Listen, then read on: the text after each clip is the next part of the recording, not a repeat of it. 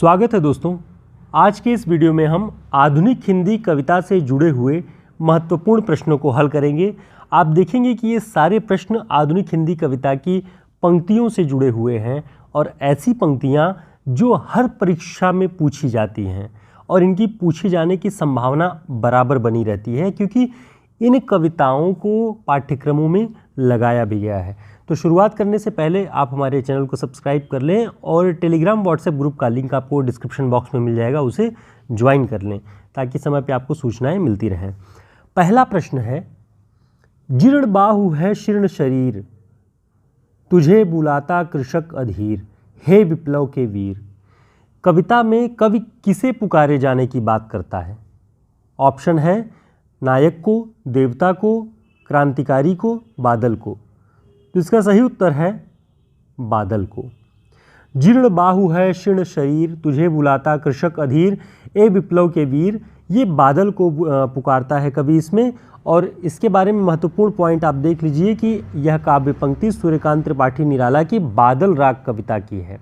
ठीक, विप्लव रव से छोटे ही हैं शोभा पाते, इसी कविता की पंक्ति है। ये भी बहुत महत्वपूर्ण है कि जब विप्लव रव होता है, यानी कि कभी कभी जब भी विप्लव आता है तो बड़े बड़े वृक्ष, बड़ी चीज़ें नष्ट हो जाती हैं और जो बहुत छोटी चीज़ें होती हैं वो बची रह जाती हैं। तो विप्लव रव से छोटे ही हैं शोभा पाते। तो इस तरह से आप ये कविता देखेंगे तो ये यूजीसी नेट में असिस्टेंट प्रोफेसर में ये कविता आपको देखने को मिल जाएगी, सूर्यकांत त्रिपाठी निराला की बादल राग कविता। और उसकी ये पंक्ति, इसे ध्यान रखिएगा, जीर्ण बाहु है शीर्ण शरीर, तुझे बुलाता कृषक अधीर। अगला प्रश्न है, अमल धवल गिर के शिखरों पर बादल को घिरते देखा है। यह किस कविता की पंक्ति है? ऑप्शन है बादल को घिरते देखा है, मेघदूत, वर्षा सुंदरी, बादल राग। तो बताएं इसका सही उत्तर क्या है? तो इसका सही उत्तर जो होगा वह है बादल को घिरते देखा है। बादल को घिरते देखा है, ये इसकी ऊपर वाली जो पंक्ति है, अमल धवल गिर के शिखरों पर, इसी से कविता की शुरुआत होती है और बहुत ही अच्छी दृश्यात्मक कविता है। आप इसे पढ़िएगा ज़रूर। आप देखेंगे कि किस तरह से नागार्जुन जी ने पूरे हिमालय पर बादल के घिरने की पूरी प्रक्रिया का एक दृश्यात्मक चित्रात्मक अंकन किया हुआ है। ठीक, यह कविता नागार्जुन की है, इसे भी ध्यान रखिएगा। और ये कविता यानी बादल को घिरते देखा है, ये कविता नागार्जुन के युगधारा काव्य संग्रह में संकलित है। कभी कभी परीक्षाओं में पूछ लेता है कि बादल को घिरते देखा है कविता किस संग्रह में संकलित है। तो युगधारा आपको ध्यान रखना है, क्योंकि ये कविता असिस्टेंट प्रोफेसर की परीक्षा में लगभग आपको पीजीटी वगैरह में भी ये पूछी ही जाती है, क्योंकि बहुत प्रसिद्ध कविता है।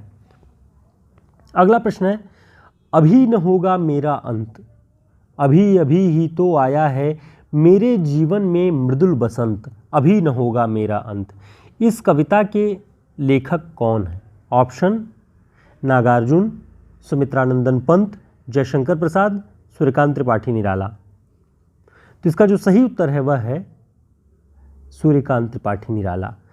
अभी न होगा मेरा अंत, अभी अभी ही तो आया है मेरे जीवन में मृदुल बसंत, इस कविता को ध्यान में रखिएगा, निराला जी की है। दोस्तों, इस तरह के सभी प्रैक्टिस सेट आपको हमारे हिंदी साहित्य के शॉर्ट नोट्स में मिल जाएंगे। ये शॉर्ट नोट्स अपडेटेड है, जो अब तक हमने जो कुछ भी पढ़ाया है वो सब कुछ बहुत ही सिस्टमैटिक तरीके से आपको इसमें मिल जाएगा। One liner plus practice set, ये सारी चीज़ें आपको, टोटल 170 पेज की ये नोट्स।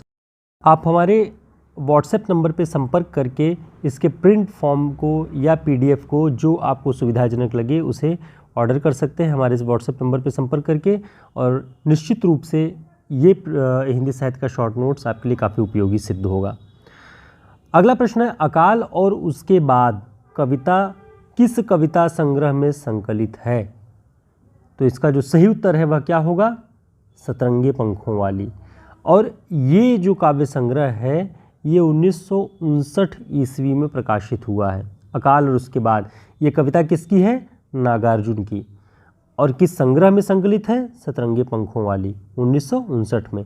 ये सारे पॉइंट्स आप ध्यान रखा करें, क्योंकि बहुत ज़रूरी है। एक रचना के साथ जुड़े हुए जो तथ्य आते हैं आप उन्हें याद करते चलेंगे तो आसानी से आप बहुत सारे प्रश्नों को याद कर लेंगे और आपको कोई दुविधा नहीं होगी। अगला प्रश्न है, मंत्र कविता के रचनाकार कौन है? ऑप्शन मुक्तिबोध, त्रिलोचन, नागार्जुन, निराला। तो इसका जो सही उत्तर होगा वह है नागार्जुन। मंत्र कविता की बात जब आए, कविता विधा में मंत्र नाम से किसने लिखा है? नागार्जुन ने। यही मंत्र नाम की एक कहानी भी है, मंत्र नाम की एक कहानी है, वो किसकी है ये आप कमेंट बॉक्स में ज़रूर बताएं अगर आप जानते हैं तो, क्योंकि कविता की बात तो हमने कर ली कि ये नागार्जुन की है, तो कहानी मंत्र नाम से किसने लिखा है ये आपको बताना है।